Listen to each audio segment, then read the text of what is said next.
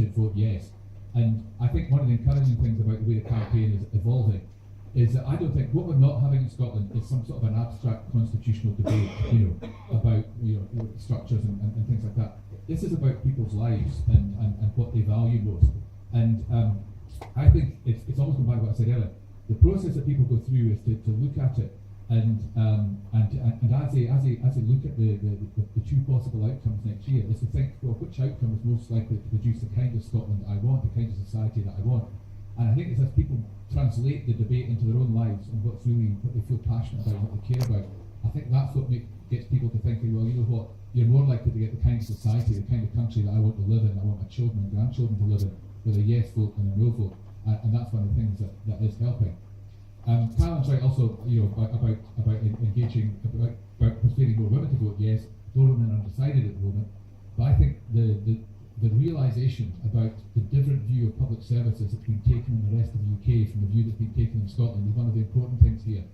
I don't think people in Scotland yet fully realise the extent to which something like the NHS is being completely marketised, privatised in England. I was looking at something recently which said that it's possible now in England to from the point at which you go to see a GP, to diagnosis, to going in for treatment, seeing a consultant, to your post-operation care, you can go all the way through that process from beginning to end now in parts of England, and never encounter anyone who's employed by the NHS.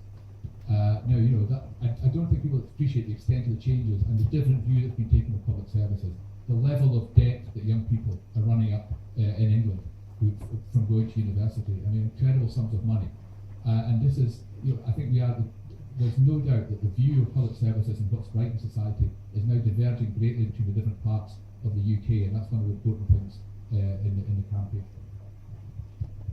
Okay, thanks, Blair. Locally, we're certainly attempting to engage with 16 or 17-year-olds, as you may have seen in the local press, and we've had permission. We had permission to attend a youth fair at Grangemouth High School just last week, and we were really encouraged by the response that we received from S6, S5 and S4 students who were very, very supportive. So that was encouraging.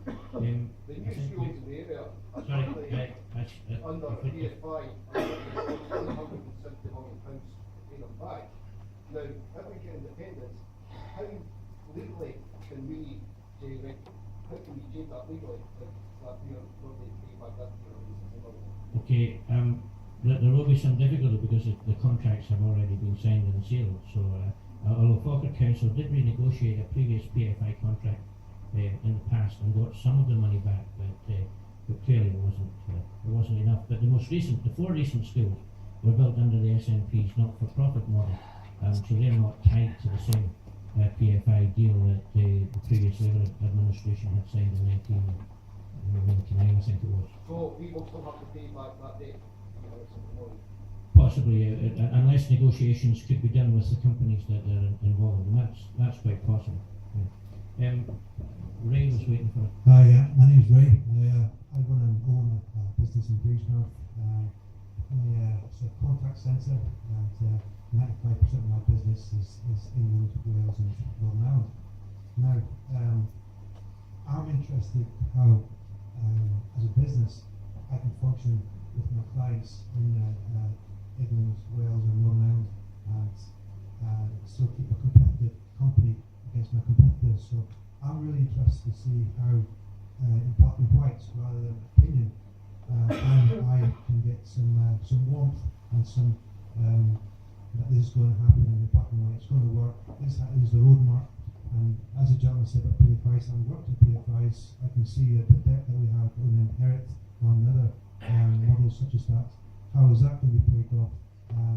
So when we start seeing this roadmap, so that the business community, like myself, small business, I can say, yes, it's going to work.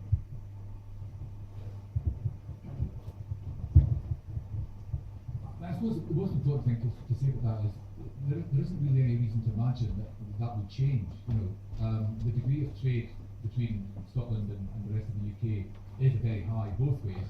The rest of the UK is Scotland's largest trading partner.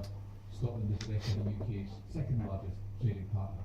So it's been the interest of everybody around these islands for that to continue, not to put any obstacles and barriers in the way of that trade.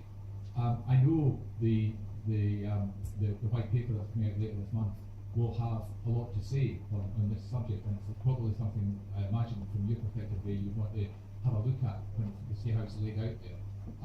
So I don't think. Yeah, I mean, I wouldn't want. I wouldn't want to predict the outcome of future elections in Scotland and what policies that the future Scottish government would adopt. But I don't see any Scottish government doing anything that would make life more difficult for businesses in Scotland, because everyone understands now that we only prosper if there are strong Indigenous companies, strong Indigenous businesses.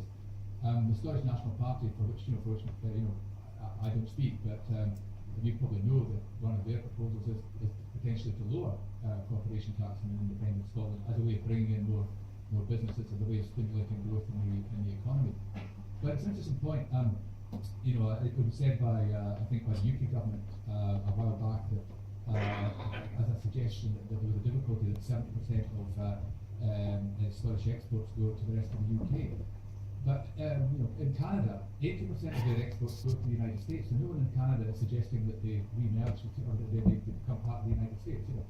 Starbucks are based in Dublin for this problem with the taxation, Yeah. with the 5% charging now to the government. I mean, my business is in the rest of the UK, at 90% of it. So do I have different tax rates to go with? But for me as a small business, I need to know these things. And for me to make a sound decision on that, obviously, as soon as the white paper comes out, it's better. We know our opinions, we all have to know what other parties are saying. The other probably the other place I would suggest to engage and to get more information is also, are you aware there's a new organisation called Business for Scotland? I mean, it's one of the more remarkable features of this campaign is that there's an organisation which frankly didn't exist 8 months ago, and from a standing start now has a membership of 1,000 small and medium-sized Scottish businesses. And I think that the business case for independence is proving a very, very strong one. So, I know you have legitimate questions and things you want to know about, but I honestly can't see anything about Scotland becoming an independent country that would be damaging. It will be an interest. I think there's pre-referendum rhetoric, and then there's what happens afterwards.